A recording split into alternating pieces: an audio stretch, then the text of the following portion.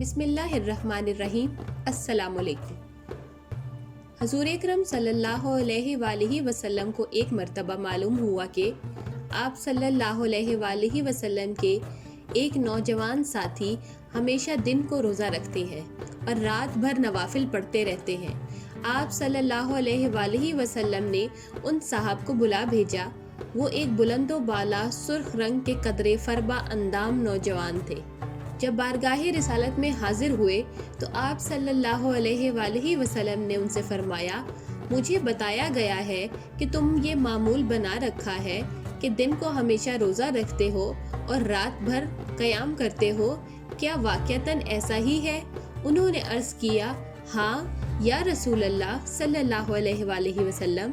حضور صلی اللہ علیہ وآلہ وسلم نے فرمایا، یہ طریقہ چھوڑ دو، روزے بھی رکھا کرو اور ناغہ بھی کیا کرو، اسی طرح رات کو نماز بھی پڑھا کرو اور سویا بھی کرو، کیونکہ تمہارے جسم کا بھی تم پر حق ہے، یعنی جسم پر حد سے زیادہ بوجھ نہ ڈالو۔ اسی طرح تمہاری آنکھ کا بھی تم پر حق ہے، یعنی اس کو سونے اور آرام لینے کا موقع دو۔ اسی طرح تمہاری بیوی کا بھی تم پر حق ہے اور تمہارے مہمانوں ملاقاتیوں کا بھی تم پر حق ہے، یعنی ان کو نظر انداز کر کے عبادت میں مشغول نہ رہو۔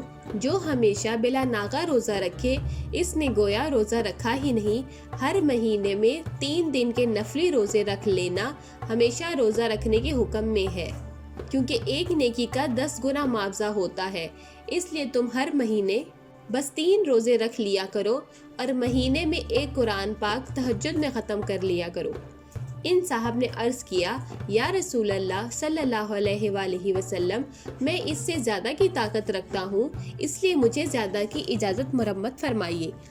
حضور صلی اللہ علیہ وآلہ وسلم نے فرمایا، تو پھر تم داؤد علیہ السلام کی طرح روزے رکھا کرو، وہ یوں کہ ایک دن روزہ اور ایک دن افطار، یعنی روزے کا ناغہ اور تہجد میں 7 دنوں میں ایک قرآن ختم کر لیا کرو، اس سے زیادہ نہ کرو۔ انہوں نے ارشاد نبوی صلی اللہ علیہ وآلہ وسلم کے سامنے سر تسلیم خم کر دیا اور آئندہ اسی کے مطابق عمل کرنے کا وعدہ کیا۔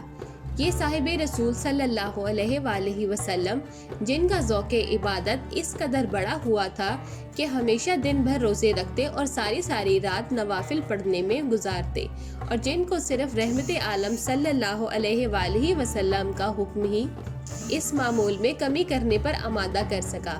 حضرت عبداللہ بن عمرو بن عاص رضی اللہ تعالی عنہ تھے۔ صحیح بخاری کے باب صوم الدہر کی روایت میں یہ اضافہ ہے کہ جب انہوں نے پہلی مرتبہ عرض کیا کہ میں اس سے زیادہ کی طاقت رکھتا ہوں، تو حضور صلی اللہ علیہ وآلہ وسلم نے فرمایا، ایک دن روزہ اور 2 دن افطار کیا کرو۔ انہوں نے دوبارہ عرض کیا کہ میں اس سے بھی زیادہ رکھ سکتا ہوں۔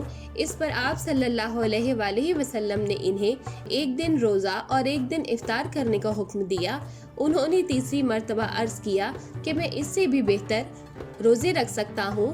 حضور صلی اللہ علیہ وآلہ وسلم نے ارشاد فرمایا، اس سے بہتر کوئی روزہ نہیں۔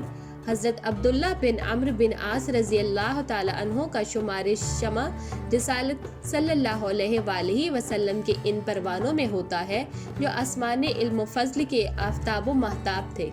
ان کی کنیت ابو محمد بھی تھی اور ابو عبد الرحمن بھی تھی۔ والد حضرت عمر بن عاص رضی اللہ تعالی عنہ فاتح مصر اپنی شجاعت و بصالت، تدبیر و حکمت، عسکری مہارت اور بصیرت و ذکاوت کی بنا پر تاریخ اسلام کی نہایت قد آور شخصیت ہے، جبکہ حضرت عبداللہ بن عمرو بن عاص رضی اللہ تعالی عنہ اپنے علم و فضل اور ذوق عبادت کے اعتبار سے نہایت اعلیٰ مقام رکھتے ہیں۔ وہ قریش کے ان گنے چنے لوگوں میں سے تھے جو لکھنا پڑھنا جانتے تھے۔ حضرت عمر بن عاص رضی اللہ تعالی عنہ نے تو فتح مکہ سے 6 مہینے پہلے اسلام قبول کیا، لیکن سعادت مند فرزند حضرت عبداللہ رضی اللہ تعالی عنہ ان سے پہلے ہی شرف اسلام سے بہرہ ہو چکے تھے۔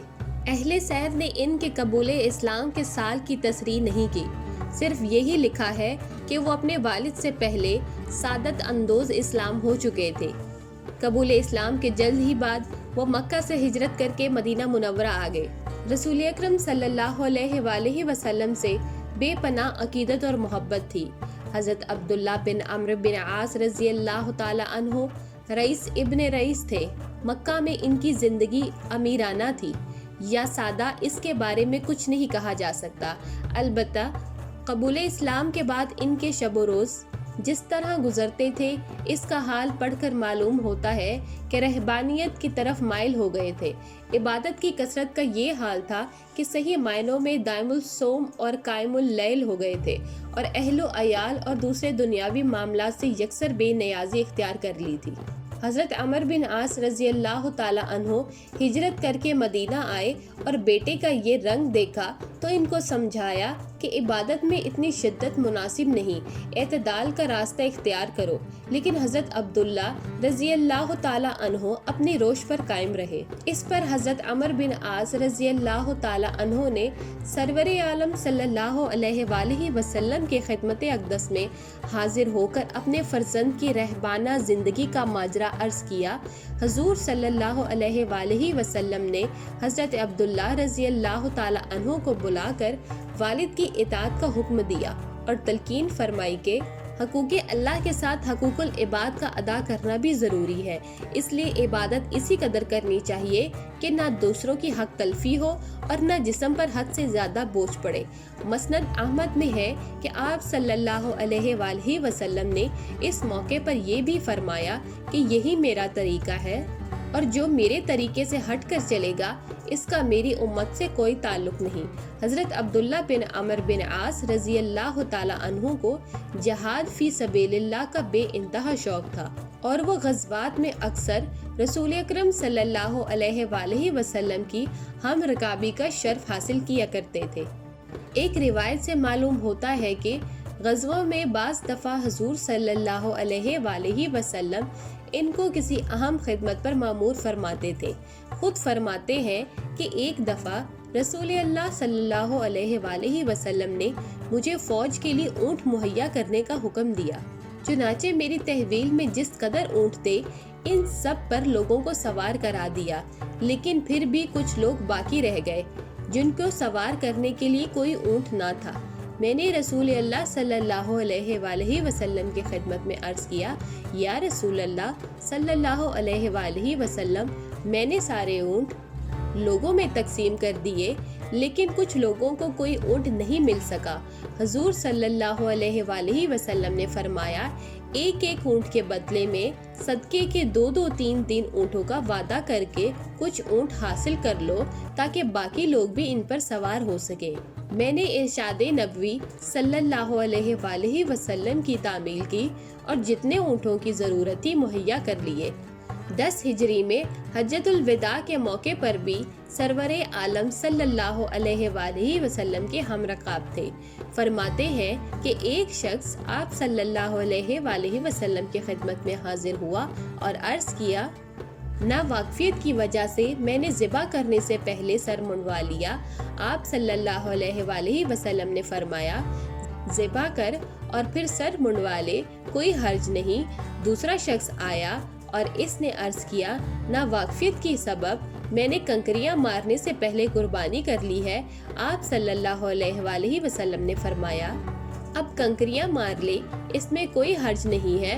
مختصر یہ کہ تقدیم و تاخیر کے جو مسائل آپ سے دریافت کیے گئے، آپ صلی اللہ علیہ وآلہ وسلم نے سب کے جواب میں یہی فرمایا کہ اب کر لے، کوئی حرج نہیں ہے۔